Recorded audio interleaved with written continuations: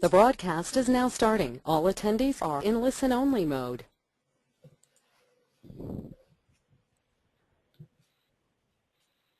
Welcome to KI's Social Media University webinar, the industry's first and only ongoing webinar series designed to help you get smart about all things social media. My name is Aidan McGuire, and I am KI's in-house social media guru here. Today we're here to discuss InstaWHAM, InstaWHAM, and its power in the design community. Before we get into that and what exactly InstaWHAM is, how it can help your business, first, a few words about our guest presenters today. Today we are incredibly honored to be joined by fellow InstaWHAMers, Krista Payton, Communications Manager at IIDA, Kimberly Taylor, Director of Marketing at Metropolis Magazine, Grace Ellers, Marketing Coordinator at Metropolis Magazine, and our social media consultant here at KI and moderator of today's webinar, Dana Vandenheuvel. Before I turn things over to Dana, I want to remind you all that you can join in on the discussion surrounding today's webinar by using the hashtag InstaWHAM. And as a reminder, this webinar is being recorded in its entirety and will be available for viewing on KI's YouTube channel shortly after at ki.com/YouTube. So let's get started. Dana? Awesome. Thanks, Aidan, and welcome everyone. We've got quite a few folks here. You know, one of the most fascinating things about these webinars and InstaWHAM just as a topic, or InstaWHAM as a topic, is just the diversity of people that are so interested in this concept and in Instagram itself. You know, we've got folks on here from, of course, as you can see from the word cloud, marketing, sales, a lot of designers, but people at all levels of the organization. We've got some folks here that are from the kitchen, some of the folks that are painters, facilities, founders, co-founders, and principals of firms, academics, professors, graduate assistants. So we really have a very diverse group here. So I think you guys will learn a lot about what we're going to cover on Instagram, and we'll try to get some of your questions answered. We had about 140 questions come in prior to, so we'll try to knock down a few of those, at least categorically, as we go through and at the end. So let's talk a little bit about what Instagram is. Just a few quick points, because a lot of the questions that came in were related to, just the basics, like what is Instagram? And I know it's kind of important. I've heard a lot about it, but where does this thing sit? How do I use it? Instagram is originally a mobile-only application, so you could only get it on your phone, only get it on the iPhone, and it was really designed to help out social media folks with visual storytelling. If you view this as almost the Twitter of visual storytelling, and as we move into new tools like Vine and things like that, where they're going to be the video version of visual storytelling in social media, Instagram is really that tool that allows us to share those visual moments of our lives, our days, our companies, with followers and other like-minded people. Why is Instagram important? Well, one of the reasons that it's important is every one of us, within reason, right, have a smartphone. So that's not necessarily the biggest deal. What is the big deal is that almost 80% of people that are smartphone users actually say that their main purpose for that phone is as a camera, is for taking pictures, which 5 years ago, this number was, almost small single digits. Now the vast majority of smartphone users say, no, this is my primary visual capture device. And if you look at the trends, Pinterest, Tumblr, Instagram, this is the fastest moving trend in social media, which brings up a question, about where Instagram fits in our lives, if you will. And we're all very curious about this. Where are the listeners of the webinar at? So we have a few polls that we've put together because we're kind of curious about what you guys think about Instagram. So there's a poll on the screen right now that you have that says, what do you view Instagram as? How do you view it? Is it a what? Like, I don't get this. No way. Is it an Insta fad, meaning it'll be here today and gone next week? Or InstaWHAM, meaning, no, this really is the real deal, and this is, part of the future of social media. So, while you guys are filling that out, we're going to give you just a few seconds to consider your answer and give us some feedback, and then we'll share that poll. We'll close it here and share it at the end. But I want to just give you a really quick and I think interesting stat about the life of Instagram here. On December 31st, 2010, when Instagram was in its infancy, they were seeing about 259,000 photo uploads a day. 250,000 photo uploads a day. If you fast forward to April of 2012, last year this time, we're seeing 5 million uploads a day. That's a pretty fast, growth cycle, if you will. All right, it looks like the majority of you guys have voted, and we're going to close that and just share the results here. Wow, that's awesome. Most of us think, at least I think a majority, are InstaWHAMers, and then some InstaWhatters, obviously. So hopefully we'll answer some of those questions today. And then there's always a few skeptics in the group that that feel it's an Insta fad. Just going to throw out to the panel quick. Any surprises here, guys? Or is this kind of what we were expecting? I'm not that surprised. This is Kim from Metropolis. I don't know. I feel like this entire session will kind of answer a lot of questions and give a lot of kind of best practices on how the industry can use it. So awesome. I'm not too surprised, but I like seeing that 43% number. Cool. So we've got some folks. Yeah, this is Aiden from KI too, and I really enjoy seeing the diversity of answers here too, because it shows that we've got such a wide range of folks on the call today who are at different points with Instagram. Some folks obviously are power users. We have a few people who are skeptics, and a few people who think it's just going to vanish and go away. So I like the numbers. Awesome. Awesome. Yeah, and we've definitely got some folks that are already drinking the Kool-Aid. So last couple bits just about Instagram, guys, and then we'll get into the panelists and really hear some of the rich insights about what they're doing with Instagram. This is something that's a very young platform. It was just launched in 2010, and it's gone from just a few employees and a few users to 100 million people today. And if you look at the challenges of all the social networks and how they're out there, struggling for users and things like that, Pinterest and Instagram were the fastest two growing networks in the last year. So that's enough about Instagram. You guys get the point. Let's talk a little bit about, what some of the folks on the panel are doing. And I'm going to turn this over to Krista at IIDA. And Krista, can you talk a little bit about, what is IIDA doing with Instagram, and how are you leveraging it? Why are you leveraging Instagram? Sure, absolutely. So at IADA, you can connect with us at IADA_HQ, and we are leveraging Instagram. It was basically a really intuitive decision for us. Seeing as how we're the International Interior Design Association, we want to continue to promote beautiful spaces, and so Instagram just seemed like a really logical platform to be able to do this from a social media standpoint. So as we're continuing to grow our social media endeavors, we're now balancing photos of exceptional interiors with a focus more, turning more towards our chapters, our members, association news, and some of our promotions. So if you go to our Instagram, you can see everything from new showrooms that happen in the Merchandise Mart, which is where our headquarters is located, to inside looks at our board meetings and other big events that are happening at IADA, and then we even take you to different events that are happening within the industry. So we really kind of view our Instagram as a behind-the-scenes look, all-access pass to IADA and the industry as a whole. So that's kind of what we're doing here on our end at IADA. How are you leveraging this to grow followers? You talked a little bit about hashtags when we met before.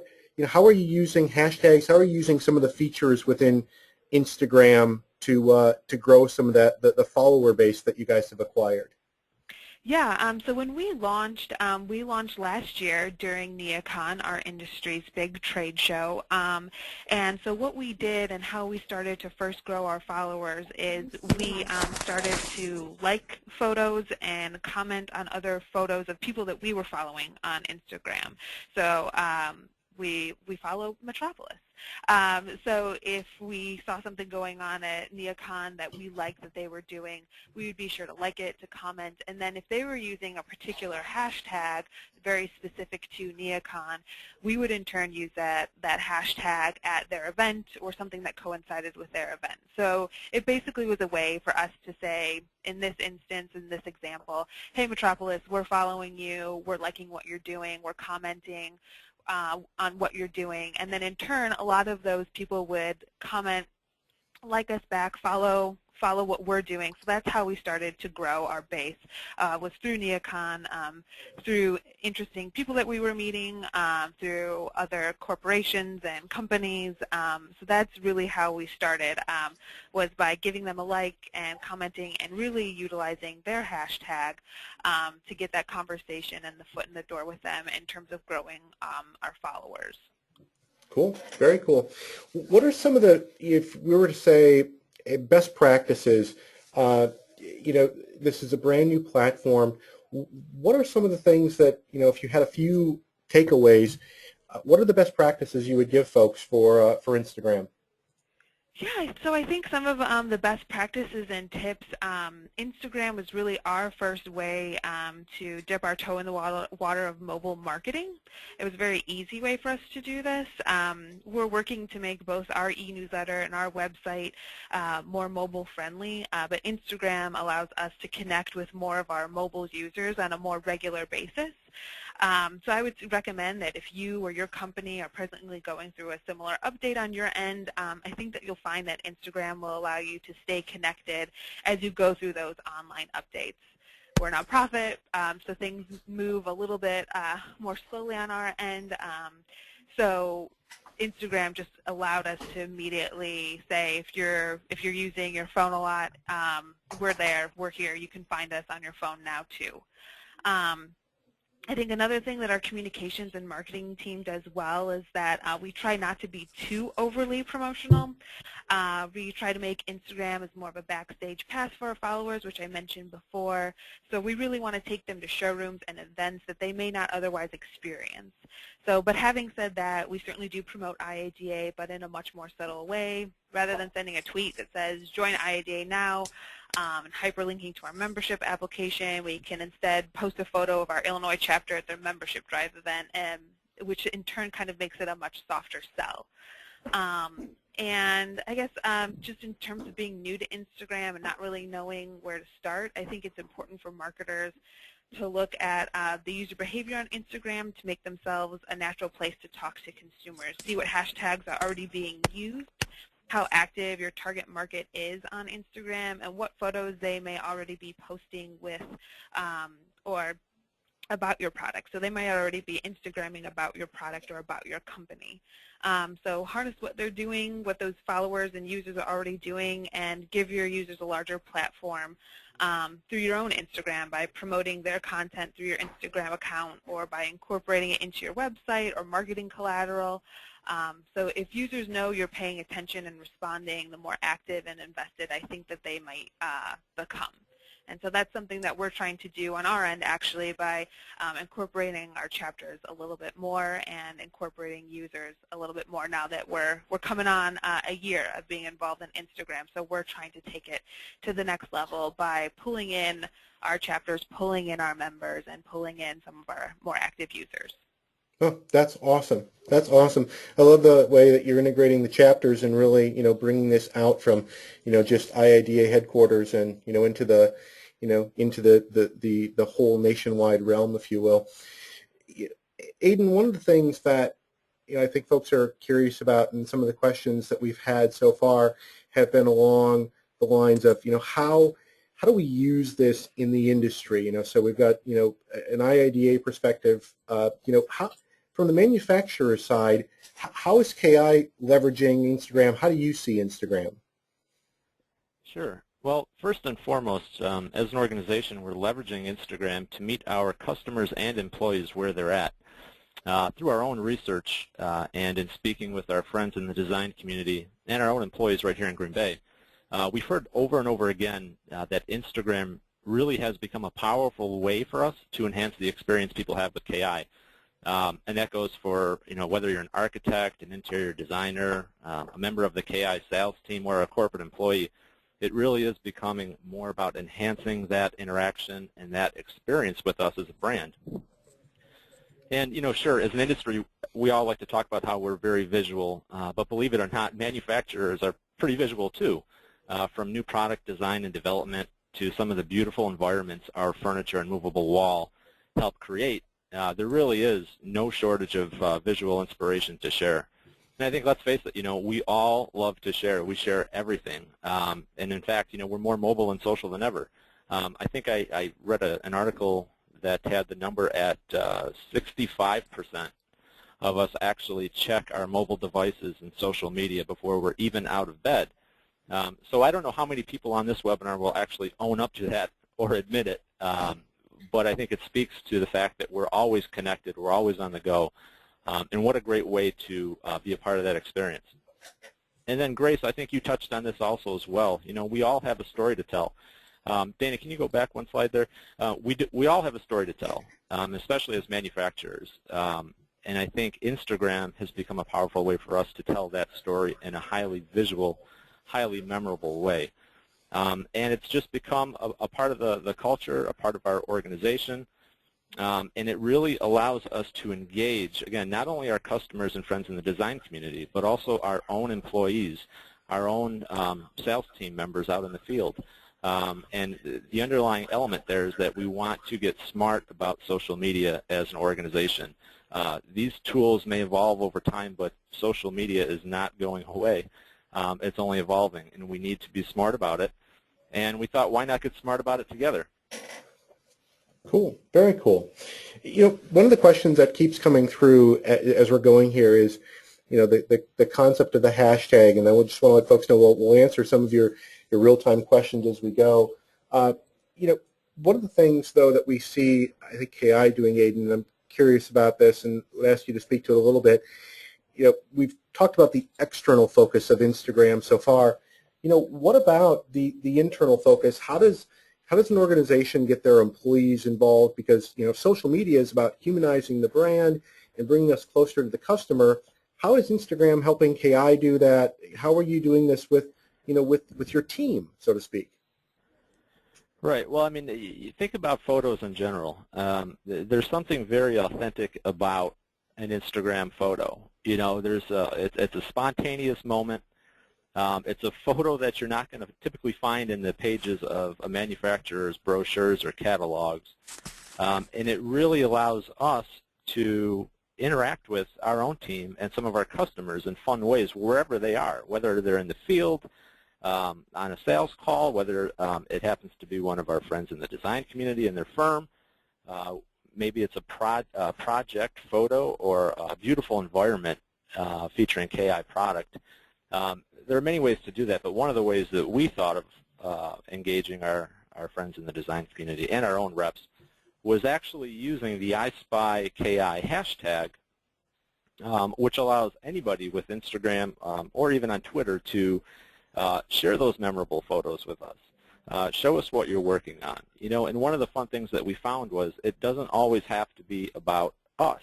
It doesn't always have to be about our photos. It doesn't have to be about our product. Share some interesting architectural elements that you have in your project. If you're out in the field and you spot something that just looks very interesting, we encourage everybody to share that. This is a question, I think, for Krista, Kimberly, and Grace. Are you guys doing anything to help your internal teams, be more active in Instagram, be more active in social? And I think that goes to, some of the questions that we saw come in from the audience about, how do I get my company to do this? How do I get my firm on board? Any tips or tricks or thoughts about getting the organization on board here, like KI has done? Sure, Dana. I'll take that quick because we've been in some really recent talks here at Metropolis with how to get more of our editors even who have their own voices and their own opinions in and around the industry a little bit more engaged, and a few of them have taken that to great levels. But since Grace had started with us at Metropolis a couple months ago, she's had some awesome training insight to how we can kind of leverage our whole staff, not even just the editors, but our whole staff into being engaged with our own social outlets and having, kind of firsthand knowledge of what we're doing, what we're saying on there. And in a sense, creating a sort of like training manual for some of the people here about how to get themselves up and running. In fact, when we were announcing this webinar, we encouraged everyone to start their Instagram account like immediately. So I think it's really important. Very cool. Yeah, and this is Krista from IADA, and one way that we are going to start pulling in our chapters is we're doing an Instagram takeover. And so we're starting with our New Jersey, Pennsylvania, Delaware chapter, and we're having them take over our Instagram account for a week, which will actually be happening next week. And so we're encouraging them to take photos at their events, to take photos of design inspiration that they see in their city.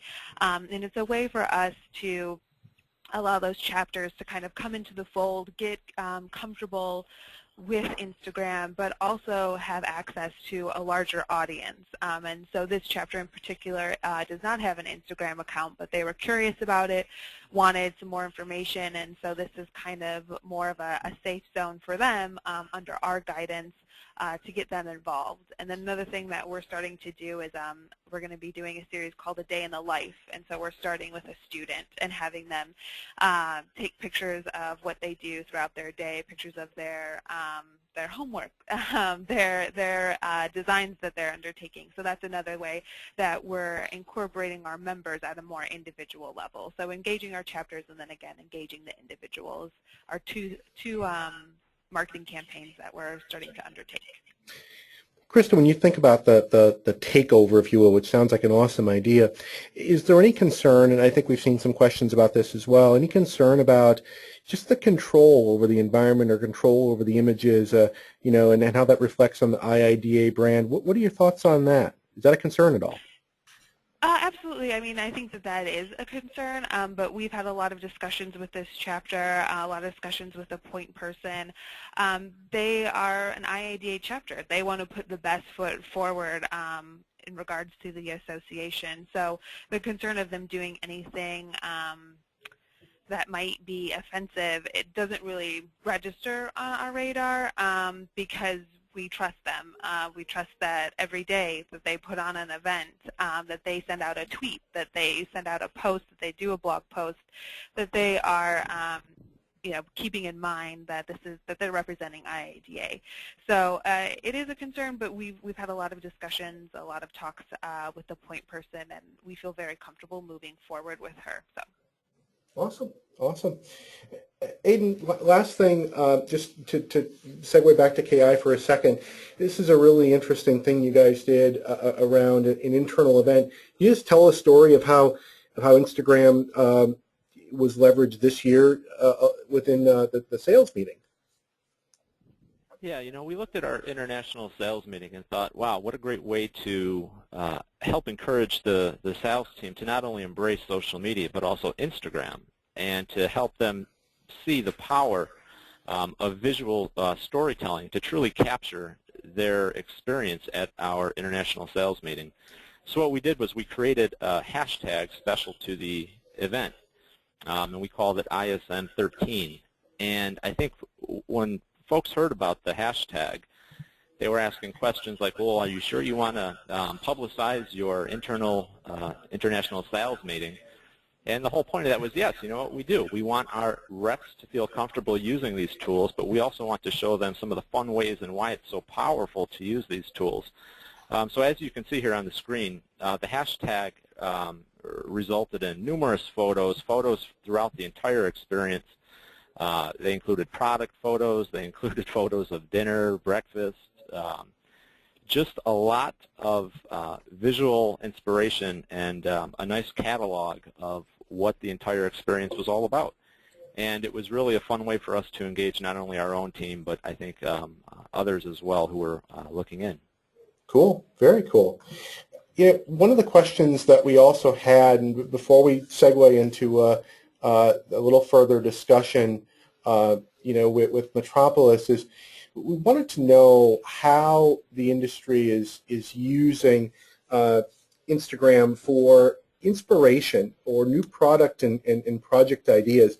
And so we're putting another poll out there, and we'll bring the slides up right after this one.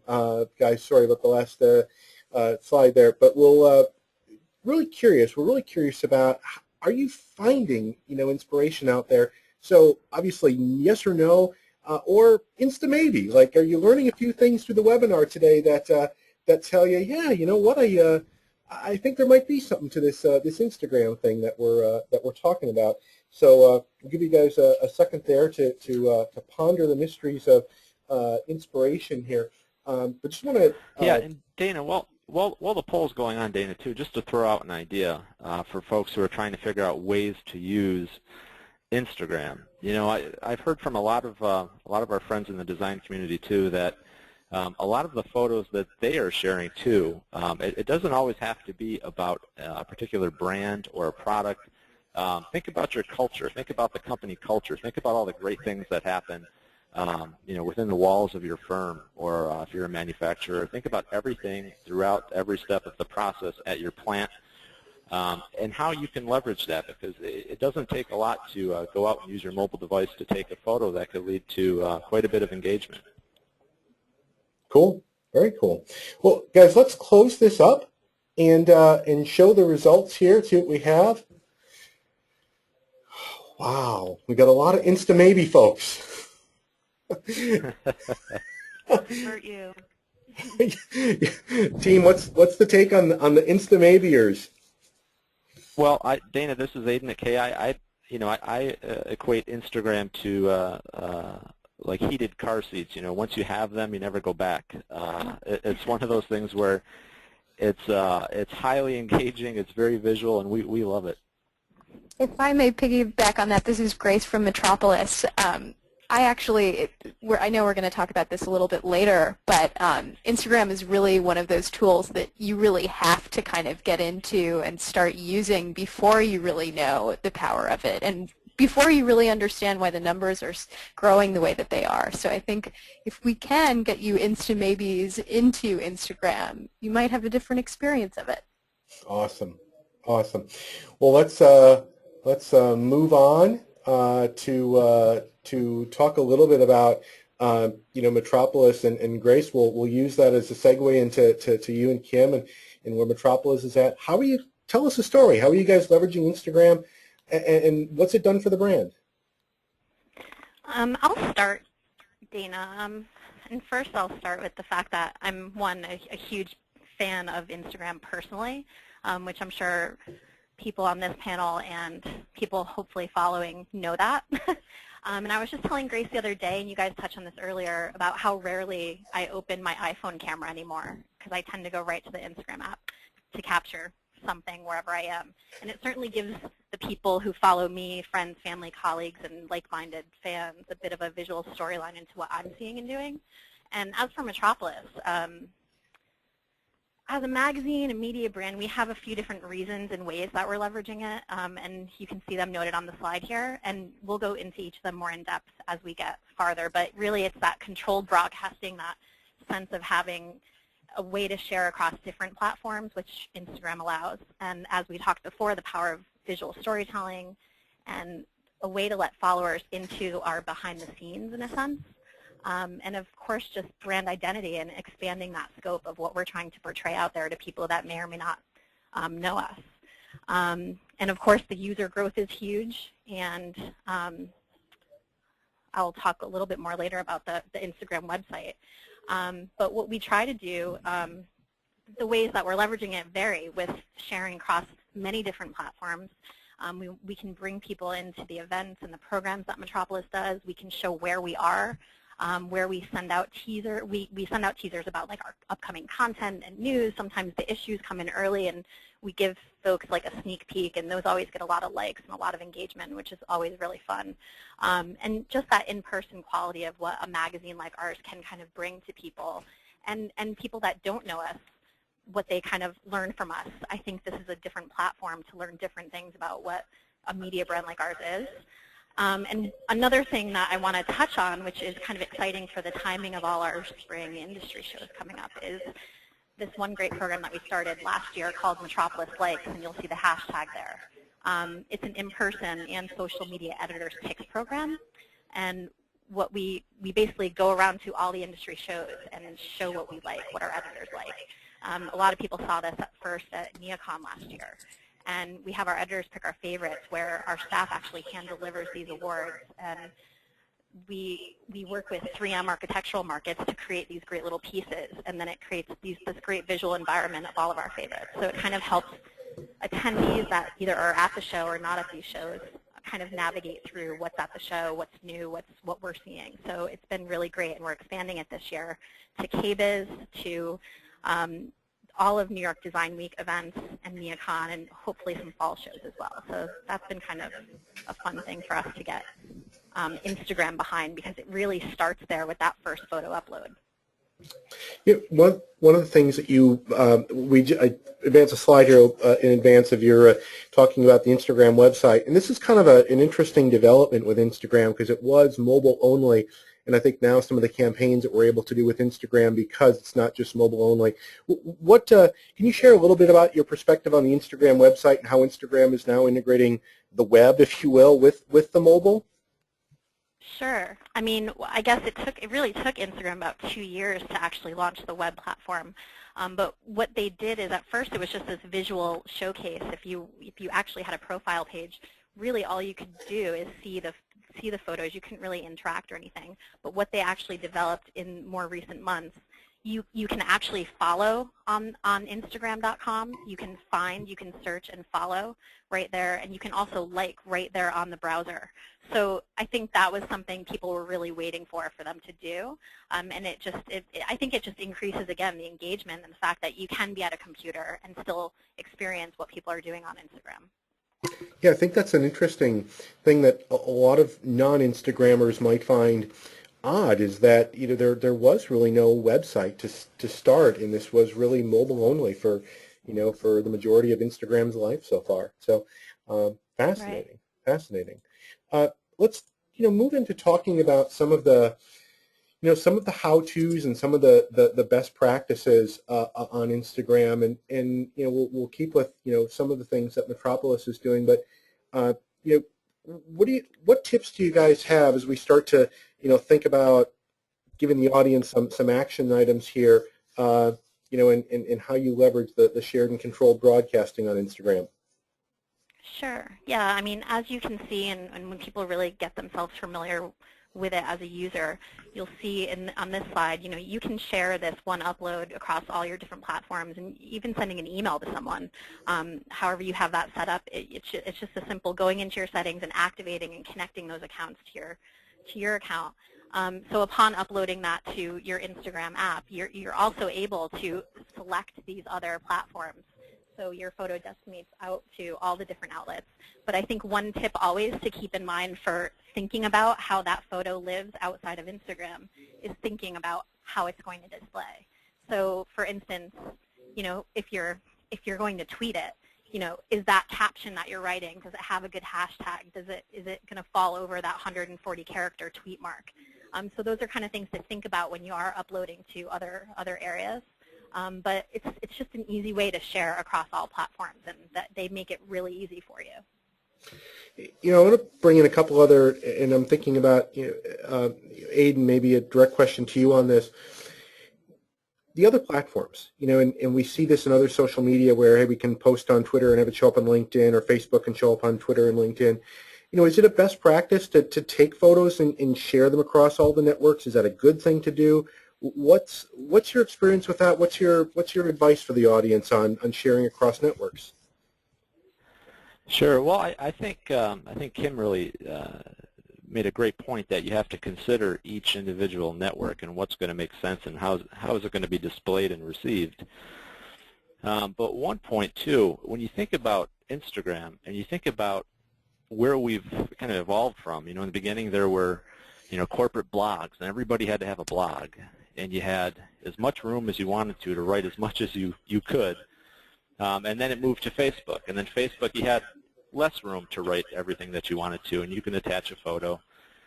And then it went to Twitter, where you lost even more room to write what you wanted to say, And then now, went to Pinterest. So now you had a couple lines of text and a photo. And now Instagram, where it's pretty much a photo.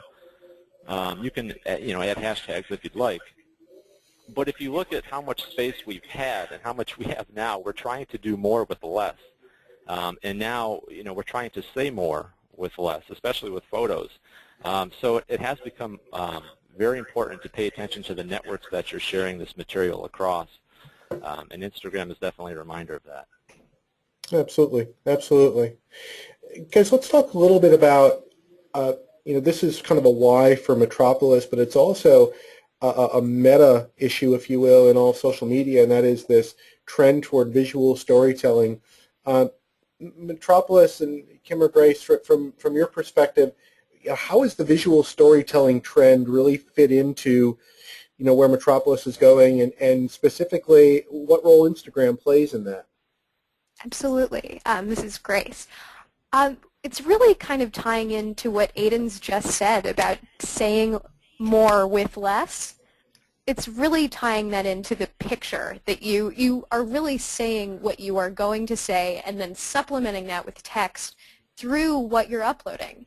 And that's why Instagram is so wonderful, because you are actually using the filters to make the picture beautiful. You're trying to do what you can, angling with your iPhone or what have you, but it's really in the picture that you're kind of creating this brand narrative. And brand narrative, while it is kind of a complicated, bigger idea, it's really in Instagram very simple, and you're really tying in Instagram users into, your day-to-day of the company. So as Aiden kind of mentioned, from a manufacturer's point of view, that would be your factory, your production, what that might look like. For us at Metropolis, that's our production schedule, or, as you see right here, what's up on the board.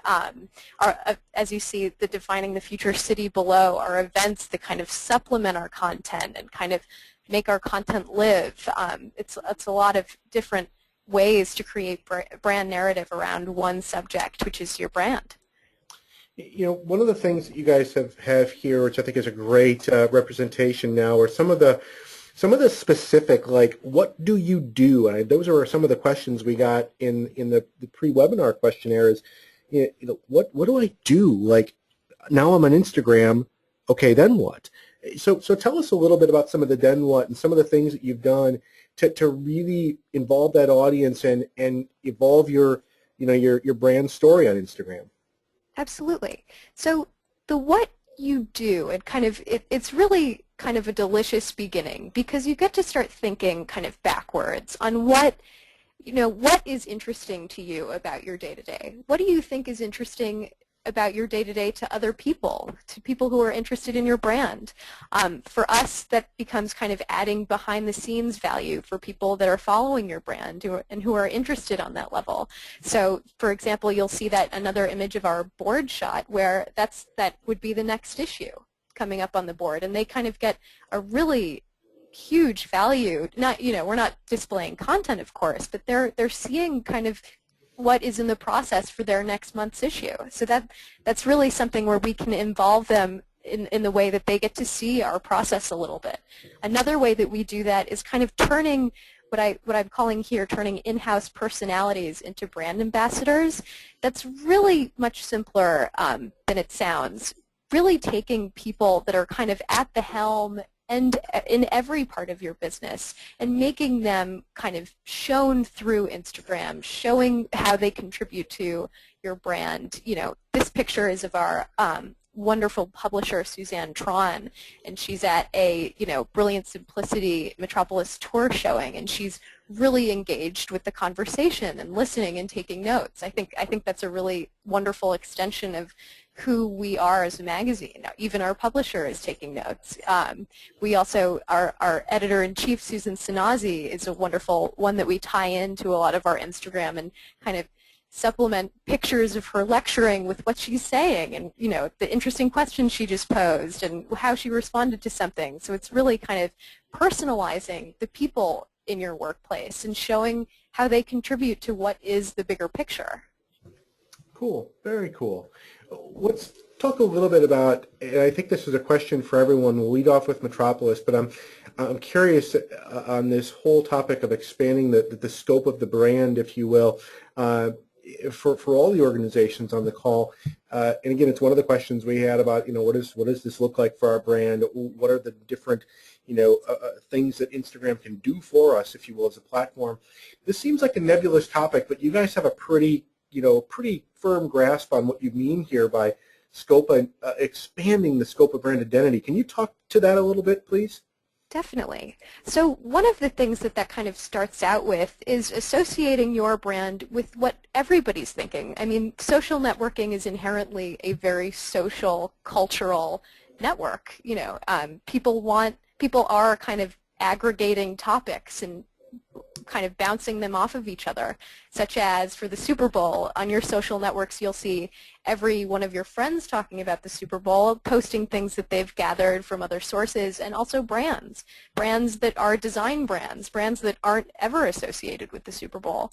But one of those ways that we do that is at current events, current trade shows not involved with the A&D community necessarily, such as New York Fashion Week, which you'll actually see within that Design Within Reach Cup.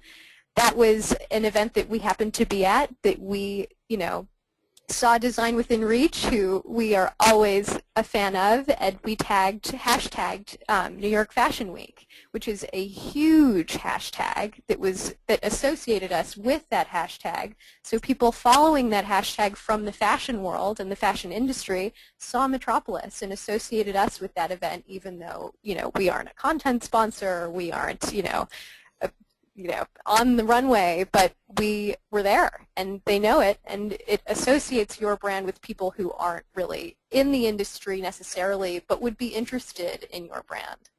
Awesome. Aiden and Krista, in that order, Aiden, perspective on, how does this help expand the scope of KI's brand identity? Well, it does in many ways. I think, one of the great things about how Metropolis is using Instagram is that they're covering everybody. I mean, if you go and follow Metropolis on Instagram, you're going to get a broad range of photos and different things from different industry events and all different manufacturers. So I think that that's almost a blanket that people can use to capture and really record what's happening out there. From a KI perspective, through all the different industry events like NeoCon, some of our own internal events like our international sales meeting, and as we mentioned earlier, the iSpyKI hashtag. These are all ways for us to leverage the brand, but also to further the reach out into the community as well. And I think it's a very powerful way to do that. Krista, anything from the IIDA perspective on how you see this expanding the brand and the reach of IIDA? Yeah, absolutely. I agree with what Grace and Aiden have said in that I think the New York Fashion Week is a perfect example. Even though IIDA might not be attached to a particular event as a sponsor or a partner, it doesn't mean that we're not going and that we're not a part of this conversation as well. And that's also, as I said before, how we started to grow our brand presence on Instagram is by harnessing those hashtags. So that's something that we continue to do, and although we exist over a lot of social media platforms, we also try to stay and remain consistent with our own personal campaigns that we have going on. So for Student Mentoring Week, which just launched for us, it actually just wrapped up for us, we made sure that we used hashtag SMWIIDA, so that the conversation would still remain consistent over Facebook, Twitter, and Instagram, and so that it wasn't becoming a guessing game for our social media followers, and so it was also easier for us to track as well. So that's just what we've been doing. Awesome. And Dana, if I might just add one last thing, I know since we've got so many Insta maybes and people are thinking about how to do this in the future, it is very important when you are kind of tying in extraneous topics to really kind of bring it in. There has to be one point of linking. Like as you see for the Armory show, there is architecture. We report on architecture so that we can kind of link back to our brand identity and Design Within Reach, linking back to Metropolis instead of just blanketly reporting on an event. Yeah, very true. Yeah, Dana, I got a quick comment on that too, just to piggyback on that comment. We have somebody on Twitter, I think it was Michelle here from Toronto, Ontario, and she just made a great comment with the InstaWHAM hashtag that I wanted to bring up. And she says to turn in-house personalities into brand ambassadors by spotlighting their contributions to the organization on Instagram. And that's really what I think really gets us excited as a manufacturer, because it's no longer limited to the marketing and communications department. It's not some man or woman in the back office posting photos on their own. It's really driving that engagement and finding those folks within your organization to help really be those brand ambassadors both in the company and outside of it as well. So I thought that was a really important comment from Michelle. Cool, and thanks everyone for following on Twitter and for using the hashtag. We just had one of the folks say, harness the hashtag, and if you're not out there tweeting on this, not that we want you totally distracted, but again, the hashtag is InstaWHAM, and we'll talk a little bit about hashtags too in Instagram here, because that's really, I think, as you look at all of the photos we've seen, throughout the examples today, almost all of them have a hashtag. And I'm going to go to Metropolis on this because you guys are obviously well-versed in this and tagging everything, and we've got evidence on the screen here. What role does the hashtag play in it? And maybe even step back a second, because we've got some folks asking live questions here. What do we mean by hashtag? Why is it important? Can you just sort of bring us into the world of hashtags a little bit? Sure. This is Kim. So, I mean, really, when you think of, I think when most people think of the hashtag as social media has progressed, the first platform we think of is Twitter, and the hashtag allows us to, in a sense, search different topics. You can do that without hashtags throughout some of these places and that we are all connected to, but the hashtag really hones in on really creating a focus line of thought throughout the millions and millions of people using all areas of social media. And with Instagram, they've adopted it very similar to the way Twitter has. So similar to that, you have kind of a greater chance of connecting with users who share different interests and your interests. So if you're placing a hashtag with your photo and your uploads, and it creates a topic item for searchable content. So whether it's, I mean, through Instagram, I think it's gone a little, dare I say, like a little overkill on the hashtags, where some of the users that are out there aren't even creating a caption. They're just literally throwing hashtags into every photo of theirs to get the most and most and most likes. I mean, I think that's it's a quick way to kind of move through and get as many people as possible. But I think taking back the meaning of the hashtag and really honing in on something really relevant and really, it has to tie to the photo and tie to your brand, I think, as much as possible, like Grace was saying before. And I think that it's just a great way. Every time you can hashtag, it's just a greater way for people to be able to find what you're uploading and what you're trying to say. So I think leveraging leveraging hashtags as in general helps encourage users to use them, and search different topics more and more. Sure, and I think the beautiful thing about the hashtag too is it can be whatever you want it to be. It doesn't always have to be tied into a brand. Right. If you're a design firm out there, maybe you have a hashtag specific to a design project that you're working on. Maybe it's a way to kind of cull all the photos together that you have throughout the early stages of the planning process, throughout some of the design phases. And that could become a neat way to create this visual catalog that you can not only share with your customers in your firm, but also with your clients as well. Cool. Let's move on a little bit, guys, and just wrap up a couple of the last points and some best practices, and then get to just a couple questions here before we round out the hour. Instagram is growing. Kim or Grace, what's your take on the growth to date, and where you guys see this going in the future? I think both Grace and I have a little bit of something to say, and I know earlier in the conversation, Dana, you had mentioned a lot of these stats that we're seeing. The 100 million monthly active users, 40 million photos a day now are being uploaded, and a few more, 10,000 likes per second and 1,000 comments per second are happening every day on this app. And I think one, as I think this was published maybe a month ago, so I'm sure these are growing also, because I think Instagram has been one of the most notoriously fastly growing in terms of all these stats that of any kind of mobile social network out there.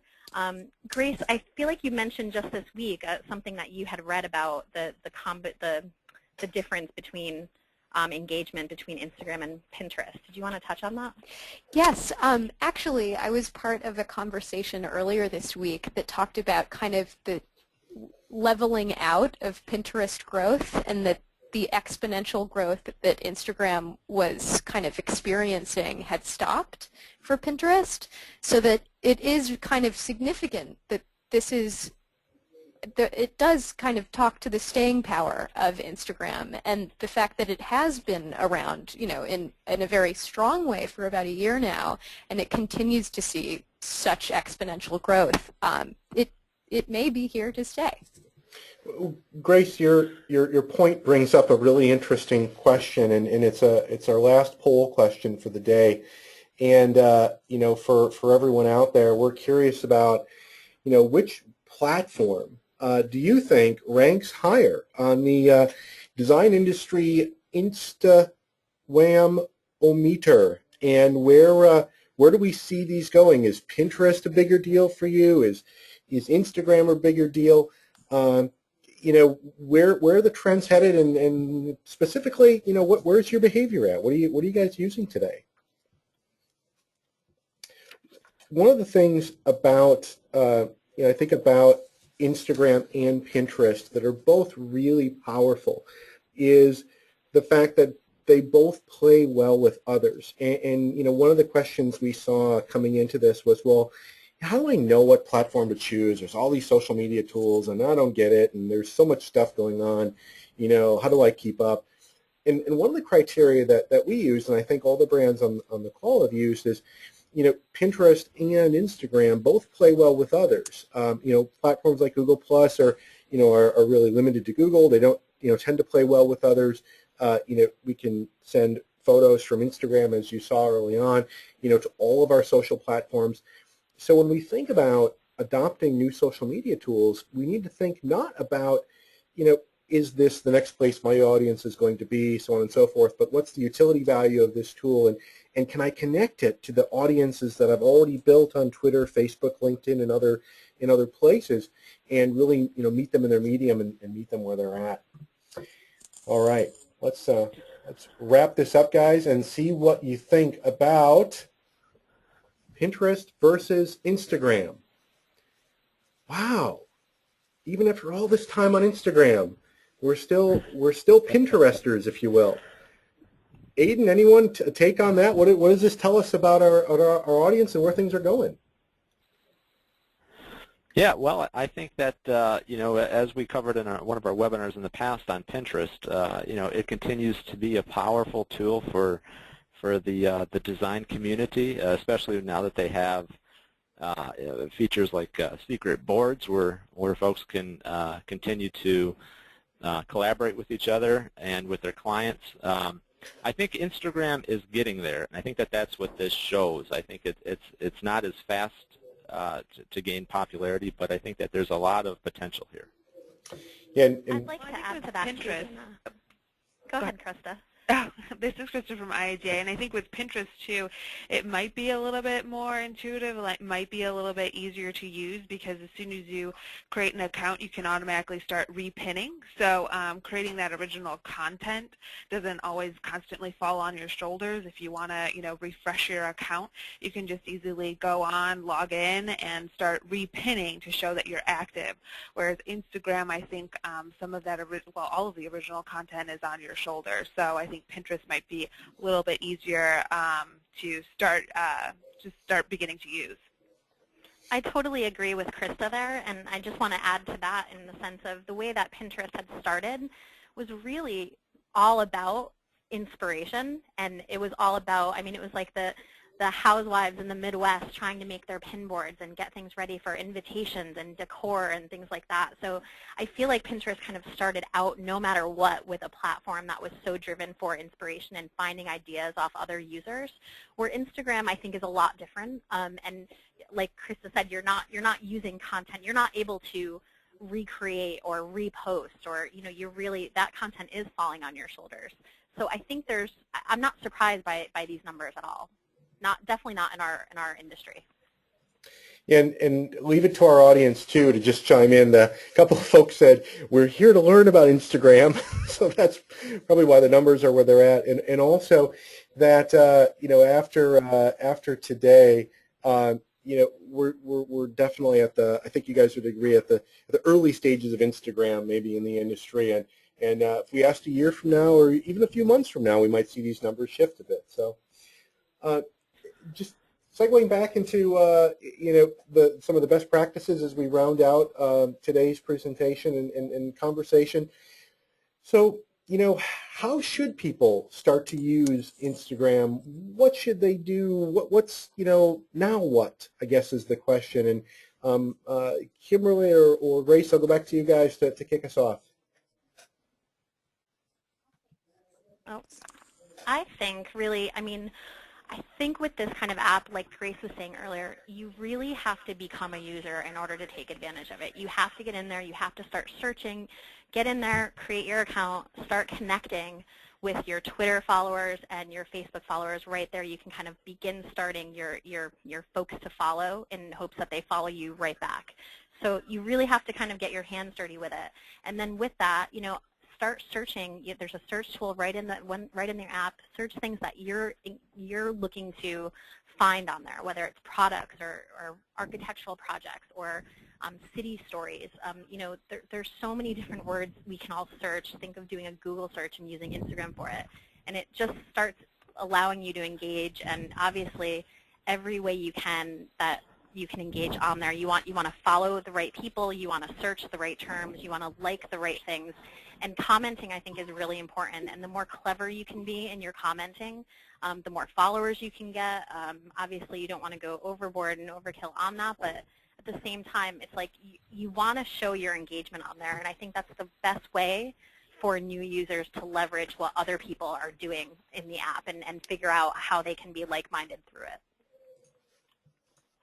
Totally true. Yeah, and Dana, to chime in from the KI perspective, Instagram really has become a great way to represent who you are as well. And if I could offer any parting advice to folks, I would just say to be authentic, be yourself. There's just something very authentic about an Instagram photo that a professional photo just can't compete with. We found in our channels as well that we have much more engagement with our friends in the design community with photos that were taken out in the field and with their mobile devices, as opposed to a brochure shot or a catalog shot. I think that people want more photos like that, and I think it's another way that people can interact with your brand and really get a good sense for who you are. One of the things that an attendee brought up here that I want to weave into this best practices piece here, and this I think is probably for you, Kimberly, as we go through a couple of the Metropolis bits here. They said just because Instagram is easy to use and this platform is available doesn't mean we're going to have better content. And you guys talk a little bit about some of the content here.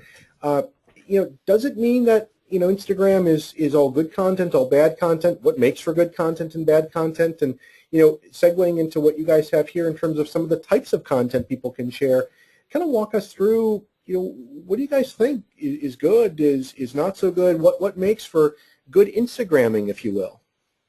Well, I think, one is, like Grace was saying earlier too, is you're using a device, you're using a small device to take a photo. So, one is positioning what you're taking a photo and making that work. Instagram has restrictions. It's a square shot.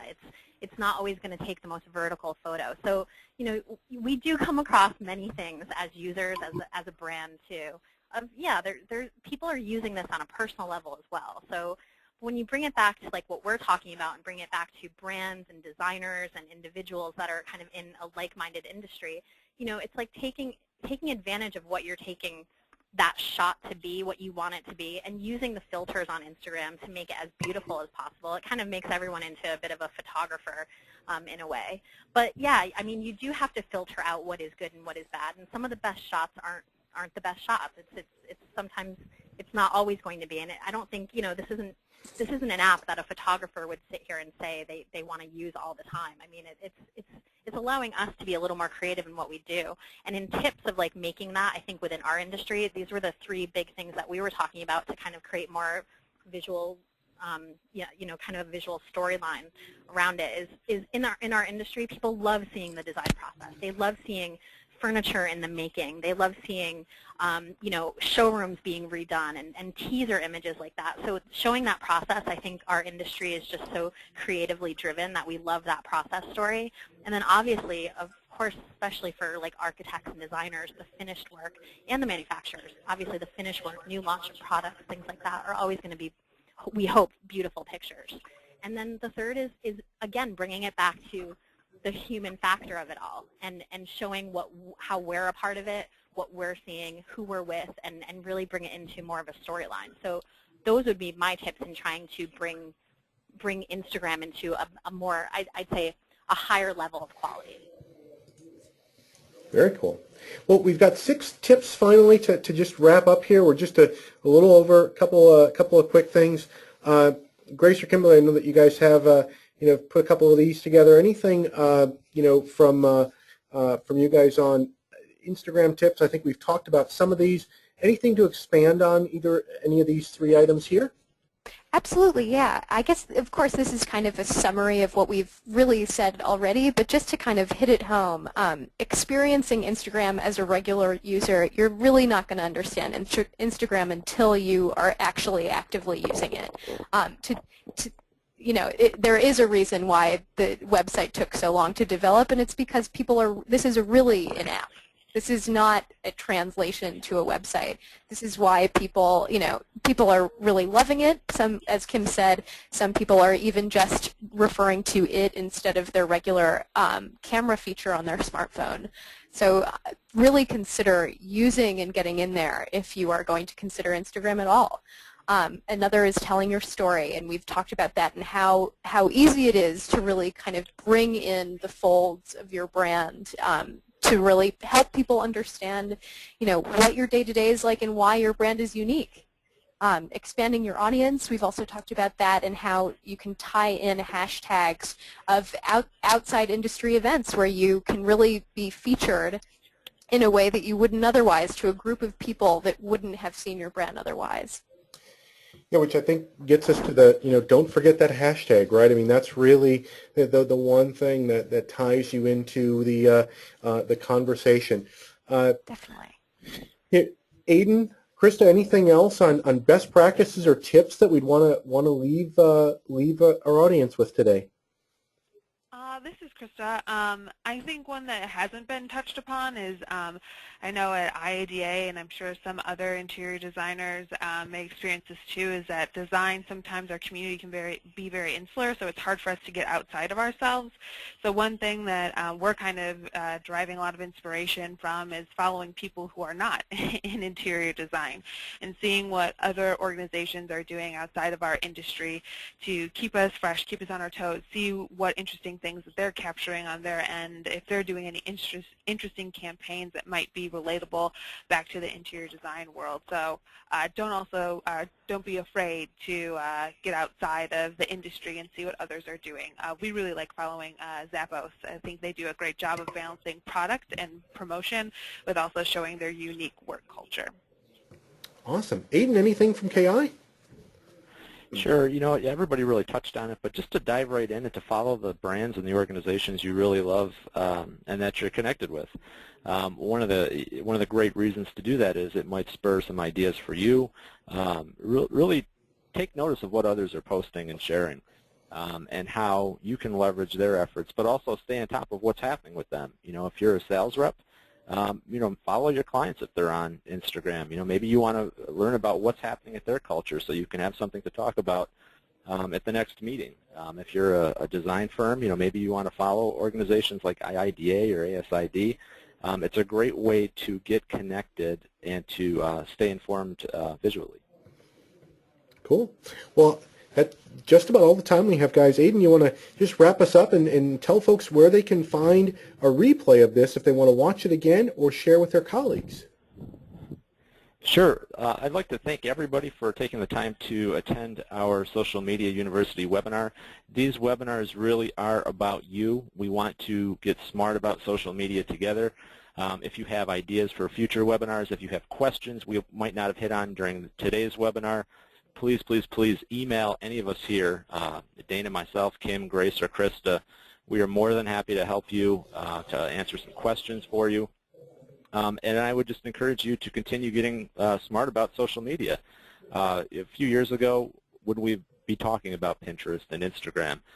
These tools continue to evolve and change, and as an industry, I think we owe it to ourselves and each other to stay on top of them and to get smart about them together. Today's webinar will also be available online. It was recorded in its entirety. You can find it at ki.com/YouTube. And it will be posted in about a couple hours. So with that said, I'd like to thank everybody for joining us today. I'd like to thank Dana, Kim, Grace, and Krista, and we'll see you next time.